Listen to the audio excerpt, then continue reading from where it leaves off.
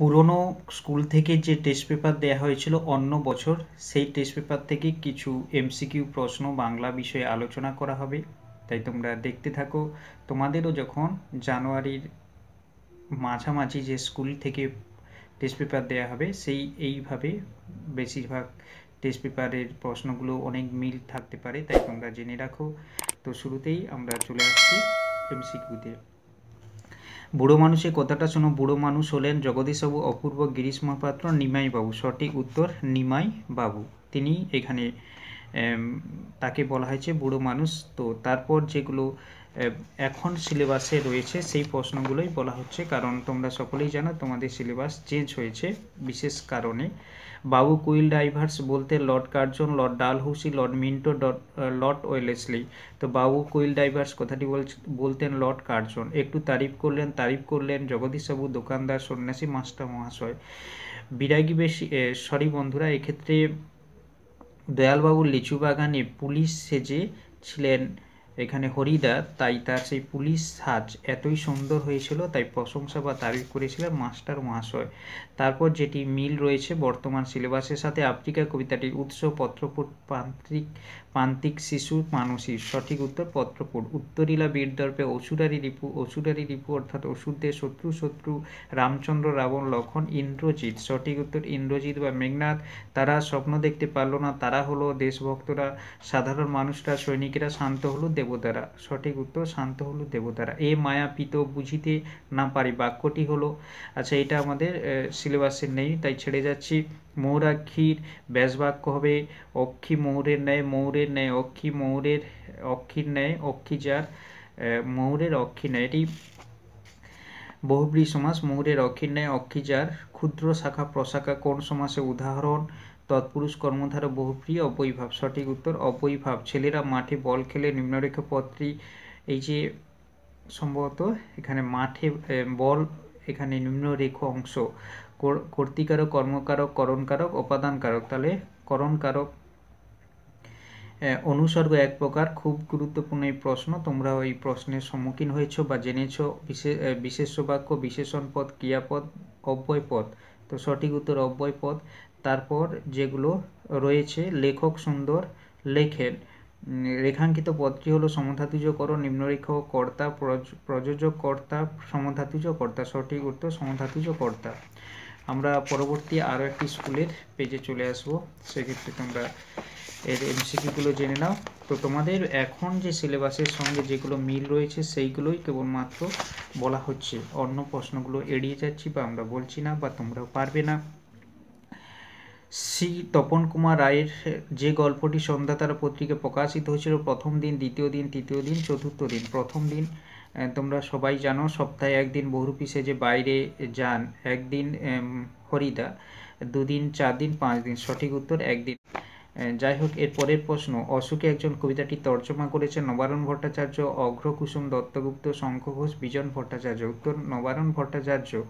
তারপর সিজার যে কলমটি দিয়ে কাজকাকে আঘাত করেছিলেন তার পোশাকি নাম রিজার্ভার, স্টাইলাস, পার্কার পাইলট। তো সিজার যে কলমটি দিয়ে আঘাত করেছিলেন কাজকাকে তা হলো স্টাইলাস বা ব্রোঞ্জে ধারালো শলাকা। নিজের হাতের কলমের আঘাতে মৃত্যু হয়েছিল যে কলমে, তার নাম, যে লেখকের, তার নাম বনফুল পরশুরাম, তৈলক্যনাথ মুখোপাধ্যায়, শৈলজানন্দ মুখোপাধ্যায়। সঠিক উত্তর তৈলক্যনাথ মুখোপাধ্যায়। তারপর কিয়ার কারকম কথাটি বলেছেন পাণিনি, পতঞ্জলি, বাণভট্ট, বিশ্বনাথ। কারক থেকে নেওয়া হয়েছে পাণিনি। তো একই ধাতু থেকে নিষ্পন্ন ক্রিয়ার কর্তাকে বলা হয় ব্যতিহার কর্তা, নিরপেক্ষ কর্তা, সমধাতুজ কর্তা, প্রযোজক কর্তা। সঠিক উত্তর সমধাতুজ কর্তা। ব্যাস বাক্যের ব্যাস কথার অর্থ বিস্তার, সম্পর্ক, সংক্ষেপ, সমাস। তো সংক্ষেপে এটি হবে না, কারণ সমাস কথার অর্থকেই বলা হচ্ছে সংক্ষেপ, কিন্তু এটি সঠিক উত্তর বিস্তার। পূর্বপদ সংখ্যাবাচক বিশেষণ হয় যে সমাসের, অব্যয়ভাব সমাস, দ্বিগু সমাস, তৎপুরুষ সমাস, নিত্য সমাস। সেক্ষেত্রে এখানে সঠিক উত্তর দ্বিগু সমাস। তবে পূর্বপদ সংখ্যাবাচক বিশেষণ হয় সেটি হলো সংখ্যাবাচক বহুব্রীতেও, কিন্তু এখানে দ্বিগু সমাস সঠিক উত্তর আসবে। তো তারপর যেটি রয়েছে এই সিলেবাসের সঙ্গে আর নেই। আমরা আরও একটি পেজে চলে আসবো স্কুলের। তো এক্ষেত্রে হরিদা চকের বাসস্ট্যান্ডে কোন সময় পাগল সেজেছিল? সকালবেলা, দুপুরবেলা, বিকেলবেলা, সন্ধ্যাবেলা। তোমরা সকলেই জানো দুপুরবেলা। এই আচ্ছা, এটা নেই। এরপরে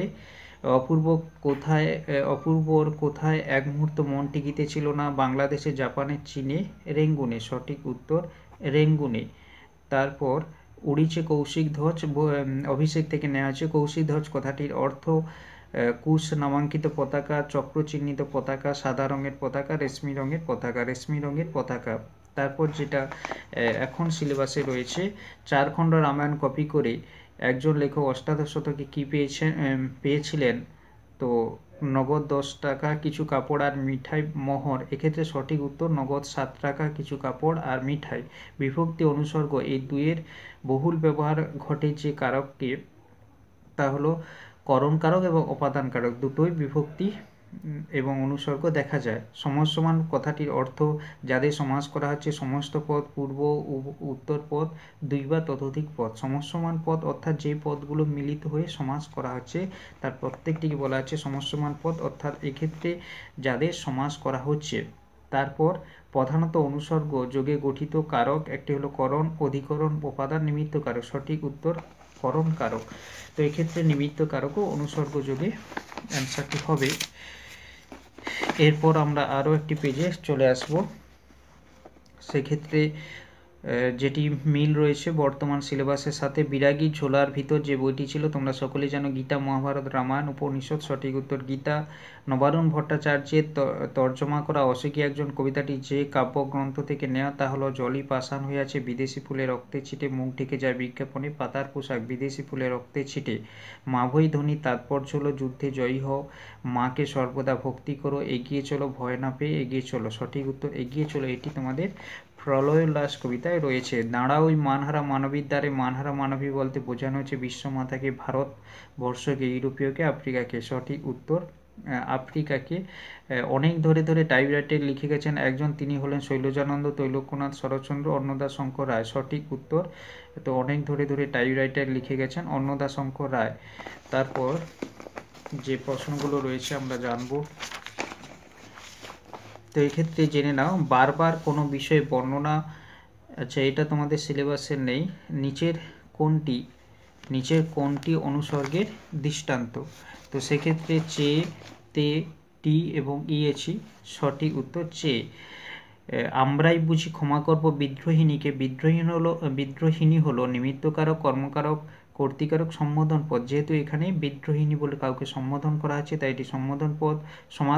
সমাস গঠনের প্রধান শর্ত হলো ব্যাসবাক্য ভেঙে ফেলা, ব্যাসবাক্য গঠন করা, দুটি পদকে যুক্ত করা, অর্থসঙ্গতি বজায় রেখে পদগুলিকে যুক্ত করা, অর্থাৎ পরস্পর অর্থ সম্বন্ধযুক্ত কিছু পদকে বা 2 বা তারও বেশি পদকে যুক্ত করা, বা সমাসবদ্ধ করলেই, একপদীকরণ করলে সমাস হয়, তাই এটি এর সঠিক উত্তর। মাথায় গোঁজা ময়ূর পালক রেখাঙ্কিত পদটি কোন সমাসের উদাহরণ? অর্থাৎ ময়ূর পালক সম্ভবত এক্ষেত্রে সমাস নির্ণয় করতে বলা আছে। দ্বিগু সম্বন্ধ তৎপুরুষ দ্বন্দ্ব কর্মধারয়, এক্ষেত্রে ময়ূরের পালক আমরা ব্যাসবাক্য করতে পারি, তাই সম্বন্ধ তৎপুরুষের সঠিক উত্তর। তোরা সব জয়ধ্বনি কর, এটি কোন বাচ্যের উদাহরণ? আচ্ছা, এটা বাচ্য তোমাদের বর্তমান সিলেবাসে নেই। তো এরপর আমরা আরও একটি পেজে চলে আসব। সেক্ষেত্রে শুরুতেই যেটি রয়েছে, ঠাট্টা তামাশার মধ্যে তপন যে কটি গল্প লিখেছে, সেক্ষেত্রে কটি গল্প লিখেছিল আশা করি তোমরা জানো, যে জ্ঞানচক্ষু গল্পতে রয়েছে 1টি, 2টি, 3টি, 3টি, 4টি, 4, 5টি। সেক্ষেত্রে সঠিক উত্তর 2টি, 3টি। তবে তপন যদি বলা হয় প্রশ্নটি, তপন মোট কটি গল্প লিখেছিল, সেক্ষেত্রে তার প্রথম দিন গল্পটি অ্যাড হবে, সেক্ষেত্রে 3টি, 4টি সঠিক উত্তর আসবে। তারপর যার লিচু বাগানে হরিদা পুলিশে যে দাঁড়িয়েছিলেন তিনি হলেন কুণালবাবু, দীনেশবাবু, দয়ালবাবু, বিনয়বাবু। সকলেই জানে সঠিক উত্তর দয়ালবাবু। অপূর্ব যে পাত্রে আহার সম্পন্ন করলো, মাটির পাত্রে, পিতলের পাত্রে, লোহার পাত্রে, স্টিলের পাত্রে। সঠিক উত্তর পিতলের পাত্রে। জীবনহারা অসুন্দরকে করতে ছেদন আসে নবীন, চিরসুন্দর মহাকাল সারথী প্রলয়। তোমাদের বইতে যেটি আসছে নবীন, জীবনহারা অসুন্দরে করতে ছেদন, তাহলে সঠিক উত্তর নবীন। মেঘনাথের রথ যে বেগে যাচ্ছিল তা হলো অশ্বের বেগে, হরিণের বেগে, সিংহের বেগে, চিতার বেগে। অশ্বের বেগে। চিরচিহ্ন দিয়ে গেল, চিরচিহ্ন দিয়ে গেল, ইতিহাসের পাতা অপমানিত ইতিহাস, সাধারণ মনে সাধারণের মনে ভবিষ্যতের ভাবনা। উত্তর অপমানিত ইতিহাসে। চীনারা চিরকাল লেখার ক্ষেত্রে যা ব্যবহার করে আসছে তুলি, কলম, লৌহ শলাকা, সজারু, কাঁটা। চীনারা চিরকাল ব্যবহার করে আসছে তুলি দিয়ে তারা লিখতেন।